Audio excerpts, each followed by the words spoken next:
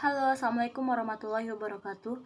Perkenalkan, nama saya Eka Fitri Komalasari. Saya ditugaskan oleh guru saya menjelaskan dua materi. Materi yang pertama yang akan saya jelaskan. Jadi baik, saya akan menjelaskan materi yang pertama, yaitu kategori status konservasi IUCN. Kategori status konservasi IUCN adalah suatu organisasi antarbangsa yang beranggotakan negara-negara, organisasi non-pemerintah, lembaga-lembaga penelitian dan badan-badan pelestarian alam di 120 negara di dunia. Jadi baik, organisasi ini didirikan pada 5 Oktober 1948 di Fontainebleau, Prancis. Pada tahun 1984, organisasi ini pertama kali mengeluarkan kategori status konservasi dalam IUCN Red List. Kategori status konservasi IUCN merupakan kategori yang digunakan IUCN dalam melakukan klarifikasi terhadap spesies-spesies berbagai makhluk hidup yang terancam kepunahannya. Dari status konservasi ini merupakan IUCN mengeluarkan IUCN the List of the Threatened Species atau disingkat IUCN Red List, yaitu daftar status kelangkaan suatu spesies. Terdapat 9 kategori keterancaman berdasarkan kriteria IUCN, yaitu yang pertama, X atau punah adalah status konservasi yang diberikan kepada spesies yang terbukti tidak ada keragaman lagi, bahwa individu terakhir spesies tersebut sudah mati.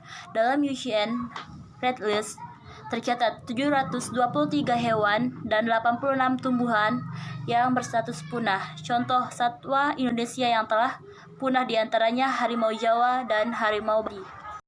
Jadi baik, kriteria yang kedua adalah punah di alam liar. Adalah status konservasi yang diberikan kepada spesies yang hanya diketahui berada di tempat penangkaran atau di luar habitat alami mereka. Dalam IUCN Red List tercatat 38 hewan dan 28 tumbuhan yang berstatus extinct in the wild atau punah di alam liar. Jadi baik, yang ketiga adalah kritis. Kritis adalah status konservasi yang diberikan kepada spesies yang menghadapi resiko kepunahan di waktu dekat. Dalam IUCN Red List tercatat 1.742 hewan dan 1.577 tumbuhan yang berstatus kritis. Contoh satwa Indonesia yang berstatus kritis antara lain harimau Sumatera, badak Jawa, badak Sumatera, jalak Bali, orangutan Sumatera, elang Jawa, terulek Jawa, dan rusa beawan. Jadi baik, yang keempat, genting atau terancam adalah status konservasi yang diberikan kepada spesies yang sedang menghadapi resiko kepunahan di alam liar yang tinggi pada waktu yang akan datang. Dalam IUCN antara lain banteng, anoa mentok rimba, maleo, tapir, tenggiling, bekantan, dan tarsius. Dan Red List tercatat 2.573 hewan dan 2.316 tumbuhan yang berstatus terancam. Contoh satwa Indonesia yang berstatus terancam. Jadi baik, yang kelima adalah rentan. Rentan adalah status konservasi yang diberikan kepada spesies yang menghadapi resiko kepunahan di alam liar pada waktu yang akan datang. Dalam IUCN Red List tercatat 4.467 hewan dan 4.607 tumbuhan yang berstatus rentan. Contoh satwa Indonesia yang berstatus rentan antara lain kasuari, merak hijau, dan kakak tua Maluku. Jadi yang keenam adalah hampir terancam. Adalah status konservasi yang diberikan kepada spesies yang mungkin berada dalam keadaan terancam atau mendekati kepunahan, meski tidak memasuki ke dalam status terancam. Dalam IUCN Red List tercatat 2.574 hewan dan 1.700 tumbuhan yang berstatus hampir terancam. Contoh satwa Indonesia yang berstatus terancam antara lain alap-alap doria dan punai sumba. Jadi baik, saya akan membacakan yang ketujuh, yaitu berisiko rendah. Adalah kategori IUCN yang diberikan untuk spesies yang dievaluasi, namun tidak masuk ke dalam kategori manapun. Dalam IUCN Red List tercatat 17.535 hewan dan 1.488 tumbuhan yang berstatus contoh satwa Indonesia yang berstatus terancam, yaitu ayam hutan merah dan landak. Yang kedelapan adalah informasi kurang. Sebuah resiko dinyatakan informasi kurang ketika informasi yang ada kurang memadai untuk membuat perkiraan akan risiko kepunahannya berdasarkan distribusi dan status populasi. IUCN Red List tercatat 5.813 hewan dan 735 tumbuhan. Yang kesembilan, not evaluated atau NI belum dievaluasi. Sebuah takson dinyatakan belum dievaluasi ketika tidak dievaluasi untuk kriteria di atas. Contoh satwa Indonesia yang berstatus terancam antara lain punggok. Contoh yang berstatus terancam antara lain punggok togian. Jadi baik, kita masuk pada materi yang kedua, yaitu tingkatan berdasarkan CITES. Jadi baik, flora dan fauna. Konvensi internasional mengenai perdagangan internasional jenis-jenis fauna dan flora yang terancam punah adalah suatu konvensi internasional mengenai perdagangan hidupan liar yang dibentuk dengan tujuan utama sebagai alat kontrol terhadap perdagangan hidupan liar pada tingkatan global.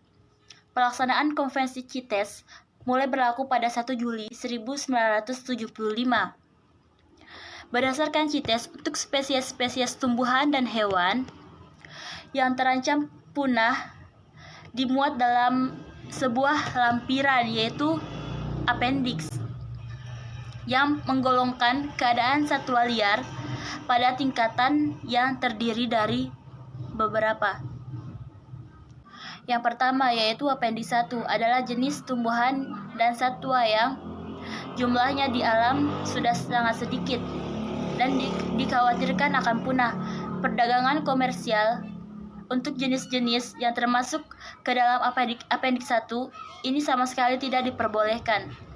Yang kedua, appendix 2 adalah jenis tumbuhan dan satwa yang pada saat ini tidak termasuk ke dalam kategori terancam punah, namun memiliki kemungkinan untuk terancam punah jika perdagangan tidak diatur.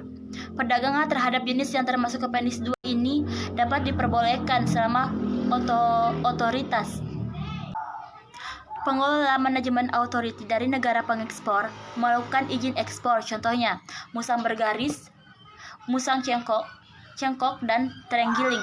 Baru-baru ini hiu paus adalah Menteri Perikanan dan Kelautan nomor 18 tahun 2013. Saat ini ikan hiu paus masuk dalam appendix 2 CITES dan juga termasuk ke dalam daftar merah IUCN dalam kategori rentan. Masuk dalam kategori satwa yang dilindungi menurut CITES. Karena mengalami penurunan tajam di alam di Indonesia, kebijakan pemerintah mengenai perlindungan hiu paus sebagai respon terhadap keputusan CITES.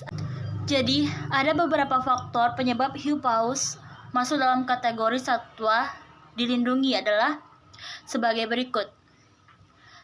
Yang pertama, pertumbuhan yang sangat menurun atau lambat. Jadi, ada beberapa faktor penyebab hiu paus masuk dalam kategori satwa dilindungi adalah sebagai berikut. Yang pertama, pertumbuhan yang sangat menurun atau lambat menyebabkan sangat rentan terancam punah. Yang kedua, pergerakannya sangat lambat 1-3 km atau jam dan aktivitas pencarian makan di bagian permukaan laut, menyebabkan hiu paus menjadi sasaran paling mudah untuk ditangkap, serta terkena dampak aktivitas perikanan, dan juga sering tertabrak kapal. Yang ketiga, pencemaran lingkungan yang merupakan salah satu penyebab seringnya hiu paus terdampar. Pemanfaatan daging dan sirip. Permintaan pasar dan sirip hiu terbesar berasal dari Asia. Jadi yang ketiga adalah appendix 3 adalah jenis tumbuhan dan satwa yang dilindungi paling tidak oleh satu negara yang meminat agar negara anggota lainnya membantu untuk memantau perdagangannya. Yang ketiga, jenis-jenis tumbuhan dan satwa liar yang dilindungi. A. Jenis-jenis tumbuhan yang dilindungi berdasarkan PP nomor 7 tahun 1999 tentang pengawetan jenis tumbuhan dan satwa liar. Tentang pengawetan jenis tumbuhan dan satwa liar berdasarkan PP nomor 7 tahun 1999, 58 jenis tumbuhan yang dilindungi di Indonesia dan 58 jenis tumbuhan tersebut dikategorikan ke dalam 5 famili, yaitu. Jadi baik, mungkin hanya itu yang dapat saya sampaikan. Mohon maaf apabila ada salah kata. Wabillahi taufiq wal hidayah. Wassalamualaikum warahmatullahi wabarakatuh. Terima kasih.